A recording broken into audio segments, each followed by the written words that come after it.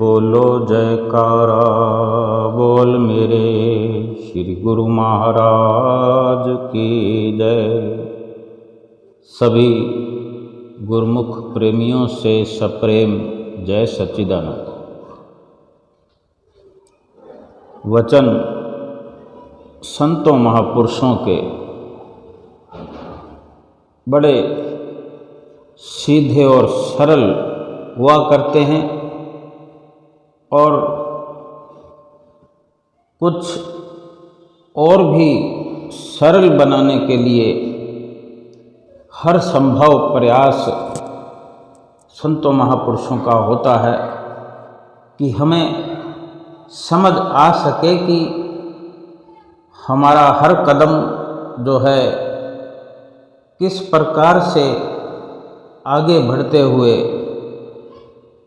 सुख की ओर, शांति की ओर, सुकून की ओर हम अपने द्वारा की हुई हर कार्रवाई से लाभान्वित हो सके।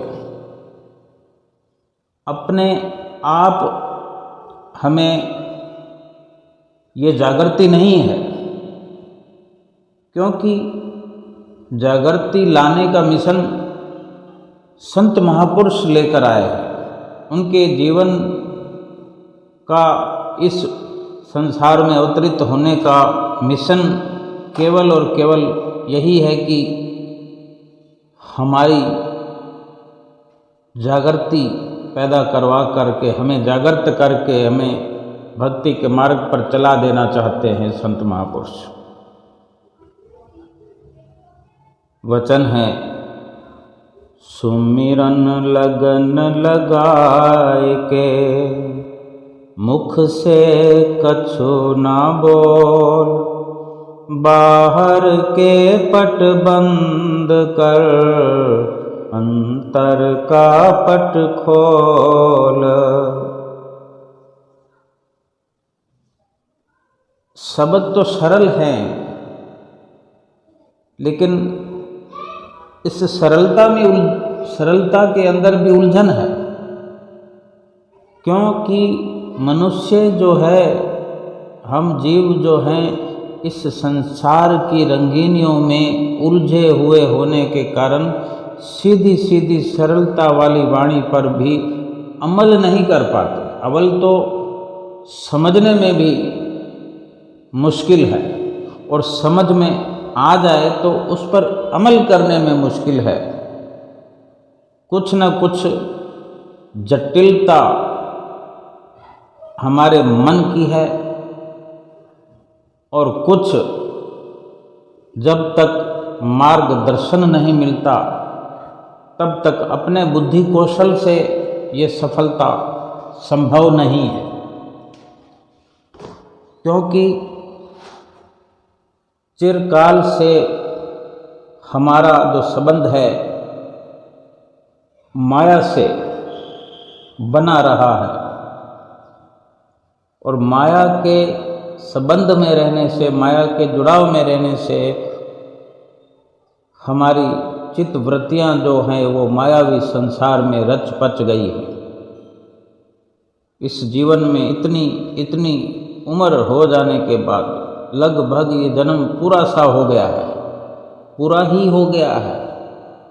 आज का आज, अभी का अभी ये जीवन संपूर्ण हो गया है, क्योंकि अगले पल की हमें खबर नहीं है कि अगला पल फिर से हमें मिलना है कि नहीं मिलना। तो जीवन तो पूरा हो चुका, लेकिन संत महापुरुष फरमाते हैं कि हम भक्ति के मार्ग में तो लगे हैं, सारी दुनिया लगी है। आम इंसान भी प्रभु के नाम को जपता है, कोई राम राम करता है, कोई राधे राधे करता है, कोई कृष्ण कृष्ण करता है। इस प्रकार से अनेक प्रकार के नामों से हम प्रभु को पुकारते हैं। और जो गुरुमुख होते हैं, जिन्हें संतों महापुरुषों की, सतगुरु की शरण मिली होती है, कि सतगुरु के जो उपदेश को प्राप्त करने के बाद, सतगुरु की शरण पाने के बाद जो है भक्ति में प्रवेश मिलता है, ऐसा शास्त्रों में वर्णन है। मद् भागवत गीता में भी, श्री रामायण जी में भी महापुरुषों ने अपने वचनों को चरितार्थ किया है कि जब तक सतगुरु की शरण ग्रहण नहीं कर ले इंसान, तब तक ये संभव नहीं कि भक्ति की शुरुआत भी हो जाए। तो गुरुमुख प्रेमियों को तो चरण शरण नसीब है। इतनी भाग्यशाली जिंदगी गुरुमुख प्रेमियों की है, जो कि हमें ऐसा संजोग सतगुरु ने बख्शा है। ऐसी हमारी ये जो दिनचर्या है, उन्हीं के परोपकारों से हुई है, हो सकती है।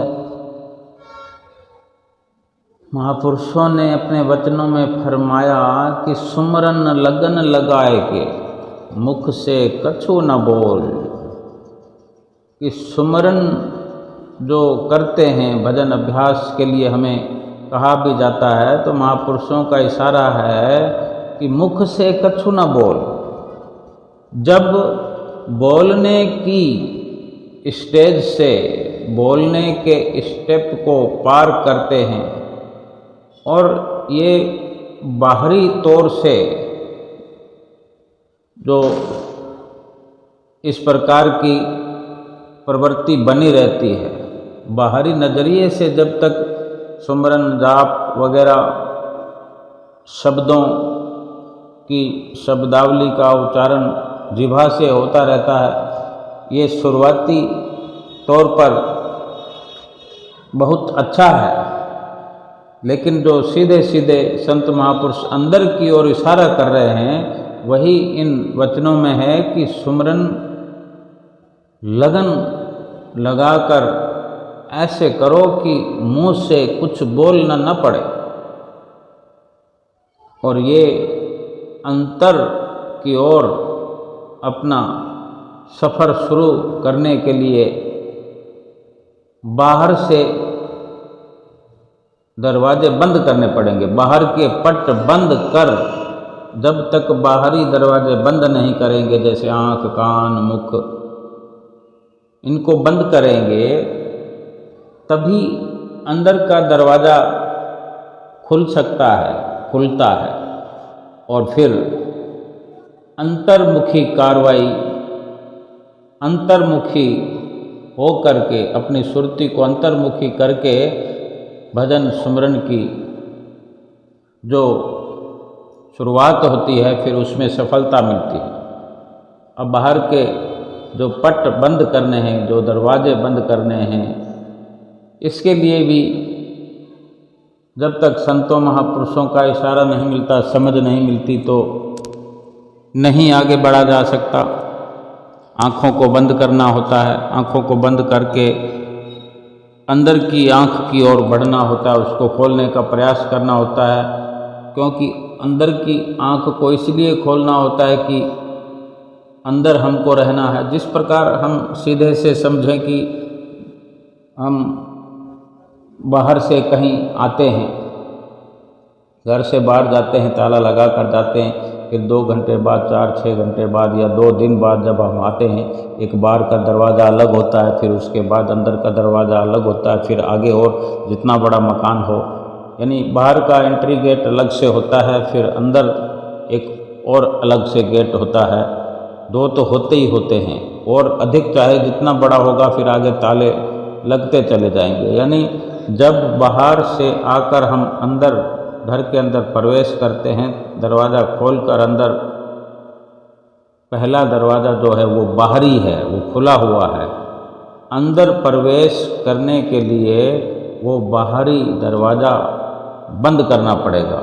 अंदर आकर उस दरवाजे को बंद करके फिर अंदर का दरवाज़ा खोलेंगे, तभी अंदर प्रवेश किया जाएगा। अगर बाहर का दरवाज़ा खुला रहेगा और फिर अंदर प्रवेश कर जाएंगे, तो हमारी सुरती का जो भटकाव है बाहर ही रहेगा, क्योंकि दरवाज़ा खुला है।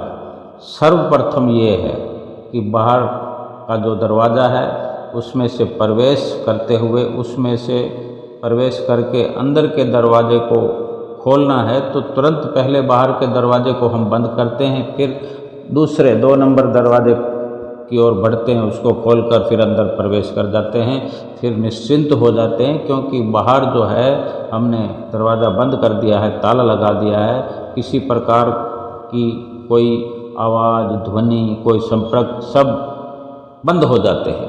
यही संतों का भी एक मार्गदर्शन है कि बाहर के पट बंद कर अंतर का पट खोल। फिर अंदर ही हमारा देखने का प्रयास चलता है। जब अंदर घर में घुस जाते हैं, प्रवेश कर जाते हैं, अंदर ही बोलने चालने की क्रिया होती है, अंदर ही खोज होती है जो कुछ भी चाहिए।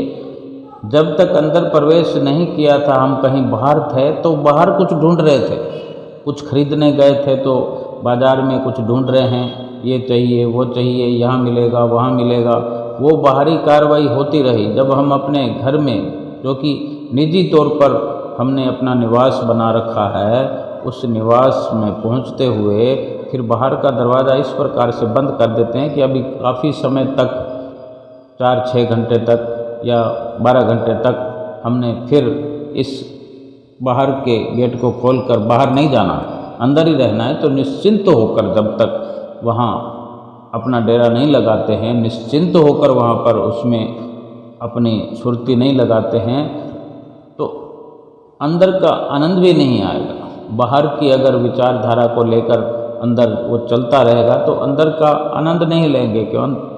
जो समझदार व्यक्ति होते हैं वो बाहर की कार्रवाई को बाहर छोड़कर ही अंदर प्रवेश करते हैं और अंदर वालों के साथ रहते हुए, अंदर की कार्रवाई करते हुए केवल और केवल वही विचारधारा अपनाते हैं जो उस वक़्त अंदर रहते हुए अंदर का आनंद प्राप्त किया जा सके, अंदर के रहन सहन पर पूरा फोकस किया जा सके। और जो बाहर का रोना पिटना या बाहर की वार्ता लेकर अगर अंदर बैठे रहेंगे तो अंदर वाले ठीक नहीं समझते।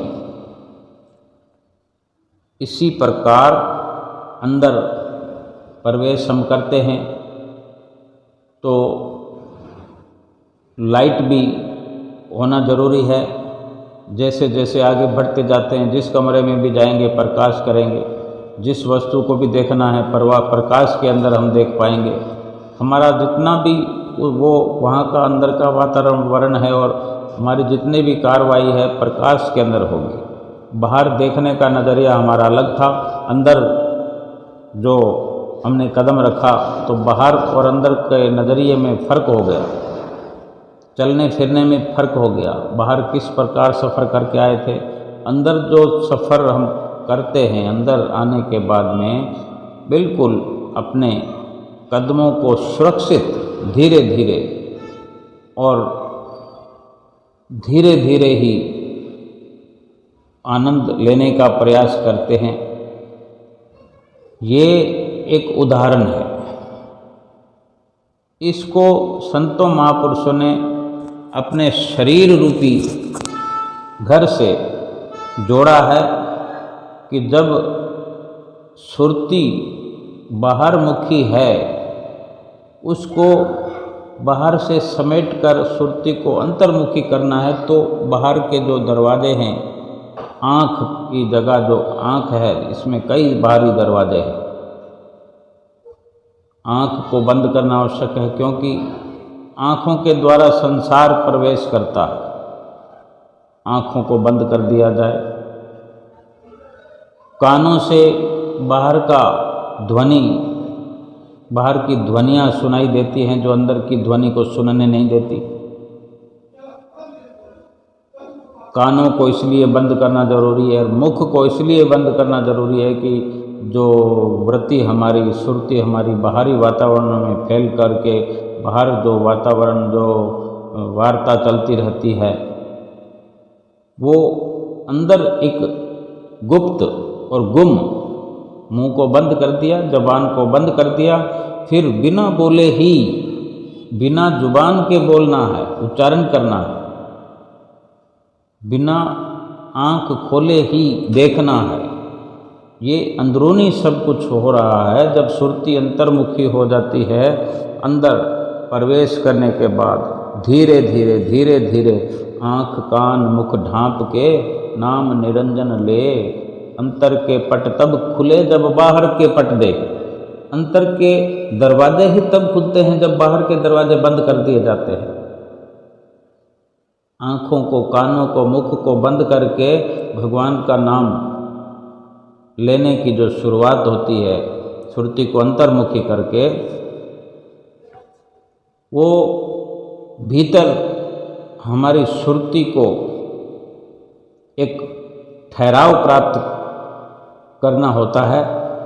और इस प्रकार मालिक के नाम का सुमरन, भजन अभ्यास करने की प्रक्रिया को जारी रखना होता है। धीरे धीरे प्रयास करते करते रोज जो नित्य प्रति एक सीमा रेखा हम अपनी बना लेते हैं, अपना एक दायरा बना लेते हैं कि हमने 2 घंटे भजन अभ्यास अवश्य करना है। श्री गुरु महाराज जी का फरमान है, उनका आदेश है।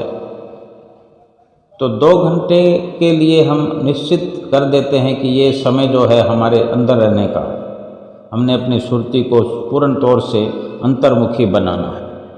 तो इस प्रकार से अपना अंदरूनी सफ़र, रूह का रूहानी सफ़र शुरू किए हुए अपने 2 घंटे को भली भांति व्यतीत करते हैं। सर्वप्रथम हम देखेंगे कि थोड़ी देर में ही, थोड़ी देर के लिए ही अगर आँख को, मुंह को, जुबान को, कानों को अगर बंद करते हैं तो बड़ी ऊब सी होने लगती है,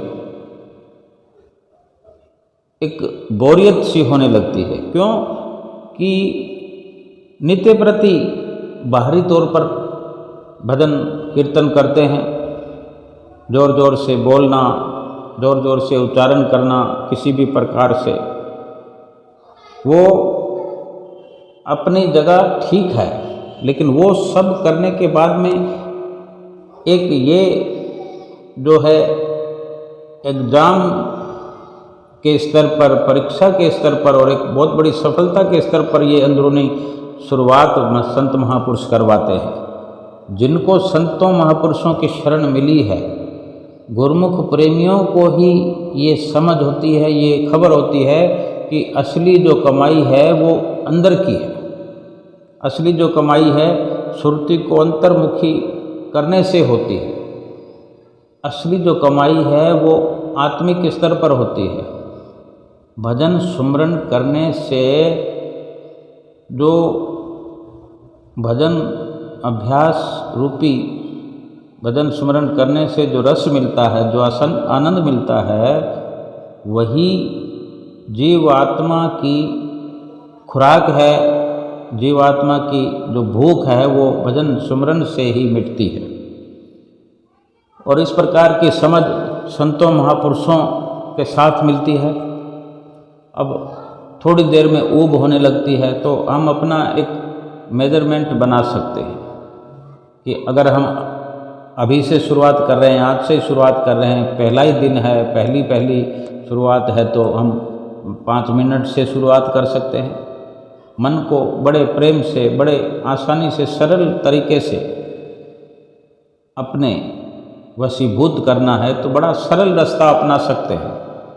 2 घंटे करने के लिए 5 मिनट से शुरुआत की जा सकती है। मन से संकल्प कराया जा सकता है कि चलो भाई 5 मिनट करना है, 5 मिनट से पहले मत बोलना। और याद रखो, आज 5 मिनट करना है तो कल 1 मिनट बढ़ा देना। और इस प्रकार रोज़ 1 मिनट बढ़ा दें। और एक बार जो 5 मिनट करते हैं, इस प्रकार 5-5 मिनट के कई स्टेप उठाए जा सकते हैं रोज़। यानी थोड़े ही दिनों में कम से कम एक बार में जो 5 मिनट की शुरुआत किए है वो 5 मिनट आधे घंटे में तब्दील करना है। और इस प्रकार के अगर 4 स्टेप उठाएंगे तो आधा आधा घंटा 4 बार अगर हमने 24 घंटे में किया तो श्री गुरु महाराज जी के वचनों पर अमल शुरू हो गया। ये बहुत अच्छी शुरुआत कहलाएगी। और फिर एक एक मिनट को 5 मिनट से साथ में 5 मिनट के साथ में एक एक मिनट बढ़ाते जाएंगे तो कितने दिन लगने हैं? ज़्यादा से ज़्यादा 25 दिन में 5 मिनट के साथ 25 मिनट मिल जाएंगे तो आधा घंटा हो जाएगा। और कम से कम 4 बार नित्य प्रति शुरुआत करें। या कोई चाहता है कि इस प्रकार करने की क्या ज़रूरत है, बहुत लंबा समय है, तो ये अच्छी बात है ना, आज ही 2 घंटे एक साथ शुरुआत कर दें, या आज ये आधा घंटे तक मन को बिठा लें। हम अपने मन को कितना कंट्रोल कर सकते हैं, कितना मन को लगा सकते हैं भजन सुमरन में। आधे घंटे की शुरुआत कर दें एक साथ और आधे घंटे के 4 स्टेप उठा लें। या ये कम लगता है या ठीक नहीं लगता तो 1 घंटा एक साथ बैठ जाएं, 1 घंटा सुबह और 1 घंटा शाम को। और कोई सोचता है कि सफलता तो बार बार टुकड़ों में करने से क्या फ़ायदा है, क्योंकि हर बार बैठने पर पहले सांसारिक ख्याल मस्तिष्क में घूमते रहते हैं। ये भी बहुत अच्छी बात है कि बहुत देर तक तो उसी में समय चला जाता है। अगर आधा घंटा का एक हमने अपना बनाया है, आधा घंटे के 4 बार हमने टुकड़ों में 2 घंटे पूरे करने, तो हर आधे घंटे में आधा समय तो इधर उधर के नज़ारों में चला जाता है। बाहरी मोह मायावी नज़ारों से मुक्ति नहीं मिलती। और अगर 2 घंटे के लिए हमने अपना निर्धारित किया है तो उसमें भी 15-20 मिनट ही खराब होते हैं, तो बाकी का समय पूरा का पूरा सफल होता है। तो कहीं ना कहीं किसी भी प्रकार से करें, आगे चलकर तो यही करना होगा कि 2 घंटे एक साथ ही करना है और हम कर सकते हैं। ये केवल जो छूट श्री गुरु महाराज ने दी है वो भी मन को सरलता से बिठाने के लिए। और हमने भी अगर संकल्प मन से एक आसान संकल्प कराया है तो इसलिए कि ऊब ना हो और किसी भी प्रकार से शुरुआत करके फिर कल छोड़ना नहीं है, जारी रखना है। और कोई भी गुरुमुख किसी भी प्रकार से करे, श्री गुरु महाराज जी के वचनों को पूरा करना। 2 घंटे भजन अभ्यास करना ही करना है। और भजन अभ्यास के अंदर गहराई से गोता लगाने की आवश्यकता है, शुरुआत करने के बाद, समय पूरा करने के बाद। और साथ साथ भी ये अवश्य मन के अंदर एक विचार परिपक्व होते रहना चाहिए, ख्याल बना रहना चाहिए कि मैं क्या कर रहा हूँ, मैं किस लिए ये सब कर रहा हूँ, मुझे क्या ज़रूरत है इसकी, इससे क्या लाभ होना है। क्या जो बताया जाता है कि ये लाभ 2 घंटे भजन अभ्यास करने से होता है, तो क्या वो मुझे हो रहा है? अगर नहीं हो रहा है तो क्यों, और होगा तो कैसे होगा? इस पर बार बार मंथन करने की ज़रूरत है, बार बार विचार करने की ज़रूरत है। और कभी ना कभी सफलता मिलती है, सफलता तो मिलनी ही है, सफलता मिलनी पड़ेगी, क्योंकि जिसने इस प्रकार का संकल्प ही ले लिया वो अवश्य सफलता प्राप्त करेगा। क्योंकि जो मार्गदर्शन करने वाले हैं उनका आशीर्वाद साथ है, उनकी रहमत हम पर बरस रही है, उनका प्यार बरस रहा है। वो सब कुछ कराने वाले स्वयं आप मसीहा बनकर हमसे करवाने का नित्य प्रति गुप्त रूप से प्रयास कर रहे हैं और करवा रहे हैं। अगर इतना भी नहीं कर सकते,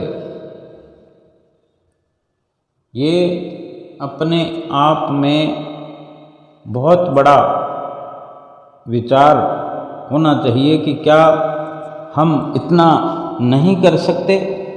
अगर नहीं कर सकते तो क्यों नहीं कर सकते? क्या इसके लिए हम सक्षम नहीं हैं? संसार में तो बहुत बड़े बड़े कार्य, मुश्किल से मुश्किल, जटिल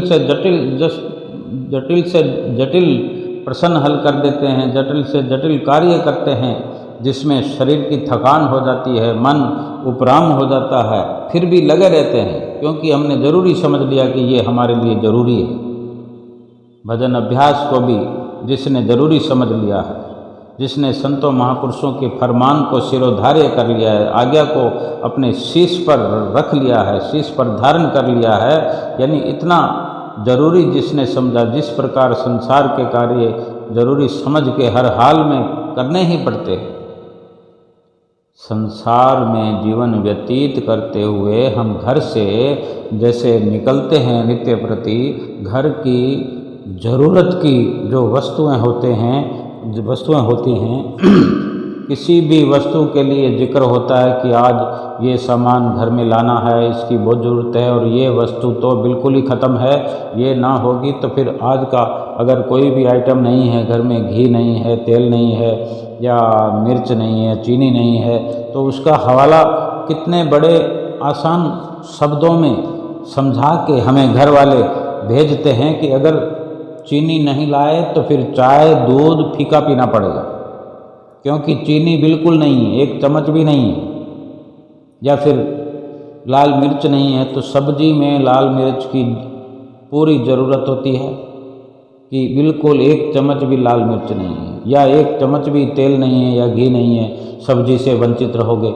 इस प्रकार का दिशा निर्देश जब मिलता है तो हम उन विचारों को अपने अंदर पुख्ता करके चलते हैं कि ये सब कुछ लाना है, अगर नहीं लाए, भूल गए, तो घर पहुंचते ही पूछा जाएगा कि जो सुबह सामान लाने के लिए कहा था वो लाए हो, और हम कहेंगे नहीं लाए, तो हमें तुरंत वापस जाना पड़ेगा, तुरंत लेकर आना पड़ेगा, तो अधिक एक्स्ट्रा समय लगेगा, दूसरी बार जाना पड़ेगा। फिर मन में कितनी ऊब होती है, मन उपराम होता है, मन नहीं चाहता कि फिर से इतने समय से कोई थक हार कर आए और फिर वापस जाना पड़े। पैसा तो वही खर्च करना पड़ेगा, टाइम तो पहले से अधिक खर्च होगा। अगर उसी समय के अंदर आते हुए ले आते तो थोड़ा ही समय रुकना पड़ता, नहीं तो अब स्पेशल फिर से जाना पड़ेगा, फिर आना पड़ेगा। ये भूल का प्रायश्चित करना पड़ता है दोबारा जाने के लिए। लेकिन संत महापुरुष जो फरमाते हैं कि ये सब करके जाना, घर से हमें भेजा था, अपने मालिक के घर से हम आए हैं, तो उन्होंने भी तो फरमान करके भेजा था कि भजन सुमरन करके आना, भक्ति की कमाई करके आना, ये आत्मा के लिए ज़रूरी है, ये 84 लाख योनियों से बचने के लिए ज़रूरी है। और हम अगर भूल गए और हम यूं ही पहुंच गए वहाँ, तो फिर थोड़ी भेजेंगे दोबारा कि जाओ प्रायश्चित कर लो। ये तो इस सांसारिक जीवन में संभव है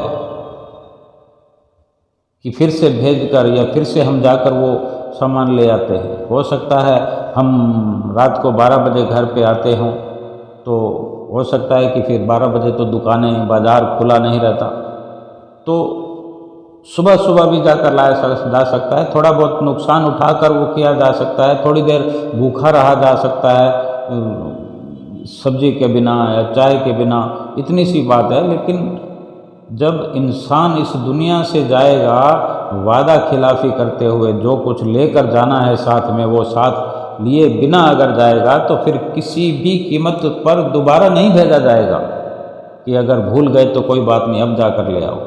तुरंत के तुरंत सज़ा मिल जाएगी कि खाली हाथ आए हो तो 84 लाख योनियों में ही हमें जाना पड़ेगा। और वादे के मुताबिक और फरमान के मुताबिक अगर हम सफलता प्राप्त करके जाते हैं तो भगवान के द्वारा अपने सीने से लगाया जाएगा, अपने चरणों में बिठाया जाएगा, अपने साथ मिलाया जाएगा, एकाकार कर दिया जाएगा। और जो खुशियाँ प्राप्त होगी, जो सुख प्राप्त होगा, उसका कोई अंदाज़ा नहीं लगा सकते। और फिर जो मिशन था इस मनुष्य जीवन का, वो अपना पूरा करके जाएगा। जो लक्ष्य था वो अपना लक्ष्य पूरा करके जाएगा। और जिसने भी अपना लक्ष्य पूरा किया है उसको आशीर्वादों से नवाजा जाता है, उसको इनाम, उसको गिफ्ट, उपहार मिलते हैं।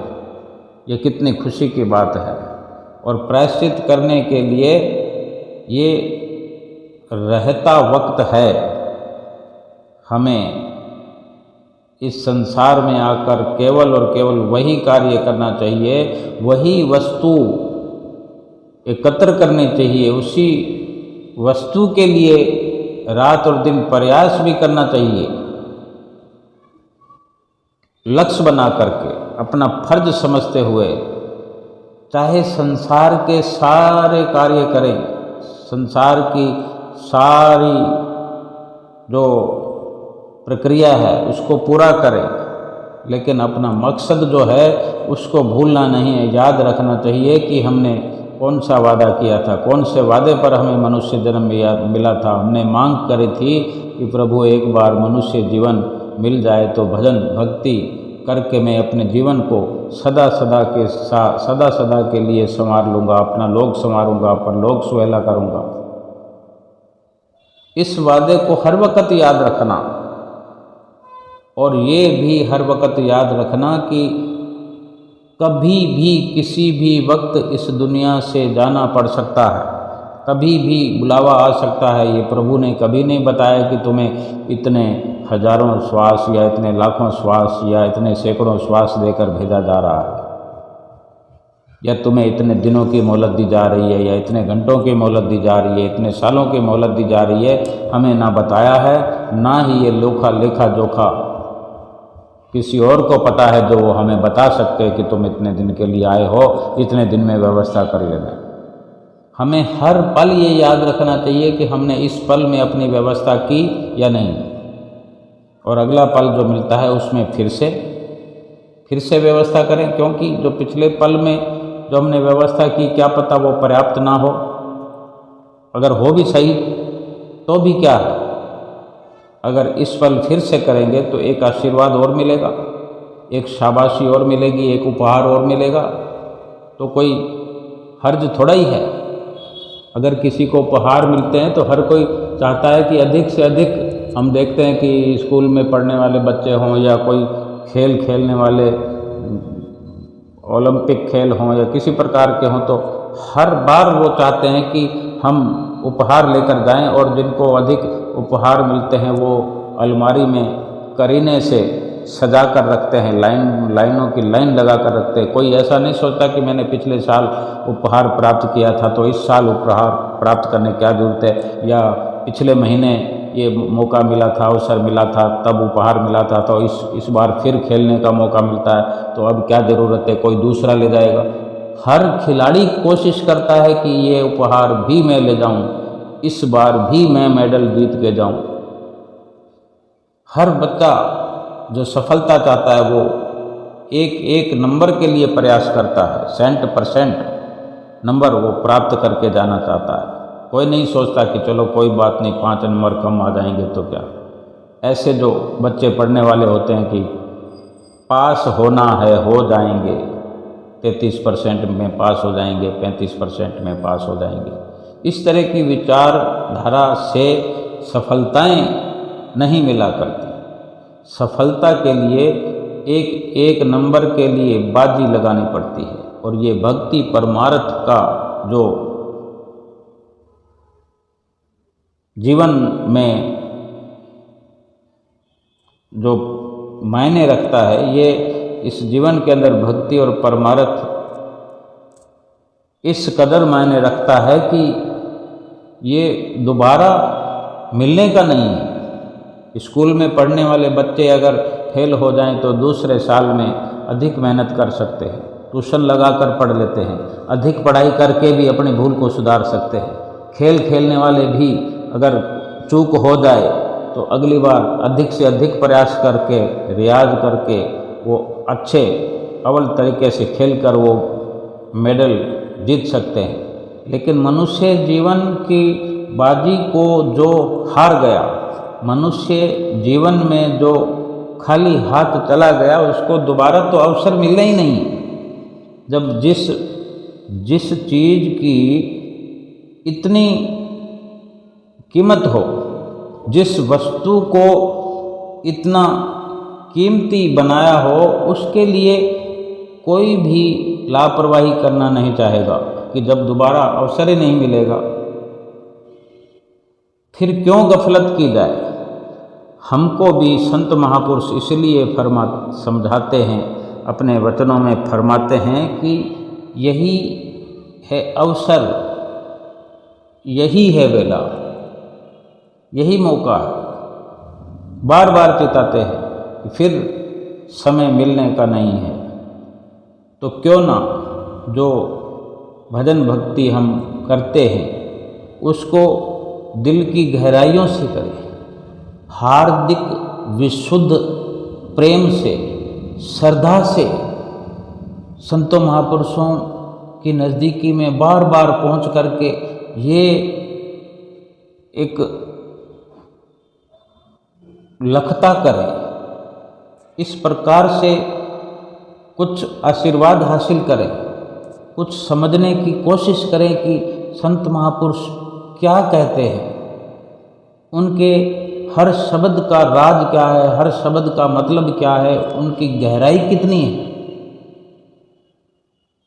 ये हमारा नज़रिया होना चाहिए, ये हमारी सोच होना चाहिए। हम अपने सोच के अनुसार हर शब्द की गहराई को नापते हैं, नाप सकते हैं। अगर हमारी सोच बहुत बड़ी है, हमारी सोच का दायरा बड़ा होना चाहिए ताकि हम हर शब्द की अधिकतम गहराई में जा सकते, और अधिकतम गहराई में जाकर ही अधिक से अधिक लाभ प्राप्त कर सकते हैं। कोई कोर कसर छोड़ने की ज़रूरत नहीं है। समय तो जा रहा है और यूं ही जा रहा है, कौड़ियों के भाव जा रहा है, कौड़ियों के दाम में, और कौड़ियों के भाव में कौड़ियों का क्या मिलता है, कंकड़ पत्थरों की क्या कीमत है, क्या वैल्यू है, उससे क्या मिलना है। कौड़ियों के दाम में तो एक शब्दों का प्रयोग किया है, लेकिन कौड़ियाँ तो कोई मायने नहीं रखती। मिट्टी की क्या बस बिसात है। ये शरीर जो मिट्टी है इसकी कीमत क्या है, लेकिन इस शरीर के अंदर जीवात्मा विराजमान है। इस शरीर से भजन अभ्यास किया जा सकता है, इस शरीर से नाम की कमाई की जा सकती है, इसी शरीर से भजन भक्ति की कमाई करके लोक परलोक संवारा जा सकता है। इसलिए इसी मिट्टी के शरीर की वो कीमत है जो संसार भर की दौलत देकर, तीनों लोकों की संपदा खर्च करके भी ये शरीर खरीदा नहीं जा सकता। ये शरीर क्या, शरीर के अंदर चलने वाला एक श्वास भी तीनों लोकों की कीमत अदा करने पर भी खरीदा नहीं जा सकता। तो हम किस भुलेखे में हैं, किस लापरवाही में हम अपना सफ़र कर रहे हैं। इन श्वासों को कौड़ियों के दाम खर्च कर रहे हैं, कंकड़ पत्थर इकट्ठा करने में, ये बेशकीमती श्वासों का खजाना खाली करने में लगे हुए हैं। और ये शरीर तिल तिल करके, पल पल करके सिमट रहा है। हम स्वयं देखें कि आज 40 साल की अगर हमारी उम्र है तो हमारे 10 साल की उम्र में हम कैसे थे, 15 साल की उम्र में कैसे थे, 20 में कैसे थे, 30 में कैसे थे, और आज 40 साल की उम्र में कैसे हैं। और ये भी हम अंदाज़ा लगा लेंगे कि फिर अगर 80 साल की हमारी उम्र हुई तो कैसे हो जाएंगे। और अभी तक कोई शुरुआत नहीं की, भजन अभ्यास के लिए सोचा भी नहीं, और सोचा तो केवल बाहर मुखी होकर गीत गा रहे हैं, जिह्वा को चला रहे हैं, और अपनी सुरती को अंतर्मुख करने का ख्याल नहीं किया। आँख कान मुख बंद करने का इशारा नहीं समझा, अंतर के द्वार खोलने की कोशिश, खोलने की चिंता नहीं, कोई प्रयास नहीं, तो बाहर की संपदा तो बाहर पड़ी रहेगी। शरीर के बाहरी जो कनेक्शन है, वो बाहरी जो जुड़ाव है, सब का सब इस शरीर के साथ यहीं सिमट जाएगा, मिट्टी हो जाएगा। अंदर जो मालिक बैठा हुआ है, जो जीवात्मा अंदर विराजमान है, उसके लिए जो श्वास खर्च किए जाएंगे, जो उसके लिए इस शरीर रूपी हथियार को खर्च करके भजन सुमरन पर इस शरीर को बिठाया जाएगा, उसका जो फायदा है सीधा सीधा वो जीवात्मा को पहुंचा जाएगा। वो जीवात्मा जो है ताकतवर बन के उभरेगा, जीवात्मा ताकतवर बनकर उभरेगा और इस जीवात्मा का आत्मिक सफ़र शुरुआत होकर ये आत्मा सफ़र करते हुए परमात्मा तक स्वयं पहुँचेगा। इस शरीर रूपी हथियार के कारण, इस शरीर रूपी हथियार से भजन अभ्यास की कार्रवाई करने से, इस शरीर को भजन अभ्यास पर बिठाने से और अंदर की कार्रवाई, जब तक रूह का रूहानी सफ़र नहीं होगा तब तक रूह को रसाई नहीं मिलेगी। रूह जो है वो बंधनों से मुक्त नहीं हो सकती। हम शरीर के साथ क्रियाएं करते रहेंगे, शरीर से चलते रहेंगे, इधर पहुंच गए, उधर गए, तीर्थ गए, वहाँ गए, सब कुछ करते रहे, लेकिन जीवात्मा तो वैसे ही पड़ा रहेगा। अगर कोई तीर्थ नहा कर आ जाए तो पानी तो शरीर पर असर करता है, अगर साफ होना है तो शरीर साफ दिख सकता है, लेकिन आत्मा को तो हमें पता ही नहीं आत्मा है कहाँ। हमने शरीर को नहलाया, आत्मा को तो नहलाया नहीं, और आत्मा को नहलाने के लिए पानी की ज़रूरत नहीं है। अगर आत्मा को नहलाएंगे तो हमें पानी के द्वारा कैसे नहला सकते हैं? हम भजन सुमरन करके देखें, फिर हमें पता लगेगा कि आत्मा निर्मल हो रही है, पवित्र हो रही है, साफ सुथरी हो रही है, उसकी महक आने लगेगी। आत्मा कौन है? हम ही तो हैं। आत्मा की पहचान होने लगेगी। आत्म स्वरूप की लखता करना, आत्म स्वरूप को जंजालों से मुक्त करना, माया से निकालना, 84 लाख योनियों से मुक्त करना, यही मनुष्य जीवन का लक्ष्य था। और इसको हासिल करने में श्वासों को खर्च करना है, शरीर को खर्च करना है।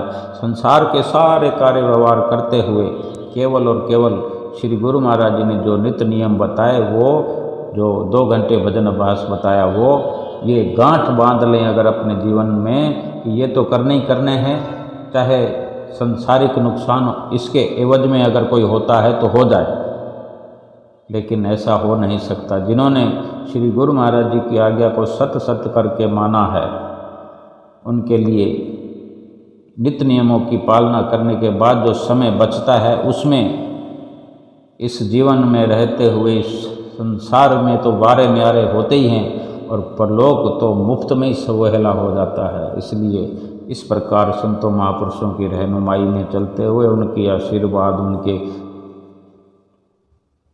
चरण शरण में जीवात्मा को हमेशा के लिए एकाकार करते हुए श्री गुरु महाराज जी की प्रसन्नता प्राप्त करनी है। बोलो जयकारा, बोल मेरे श्री गुरु महाराज की जय।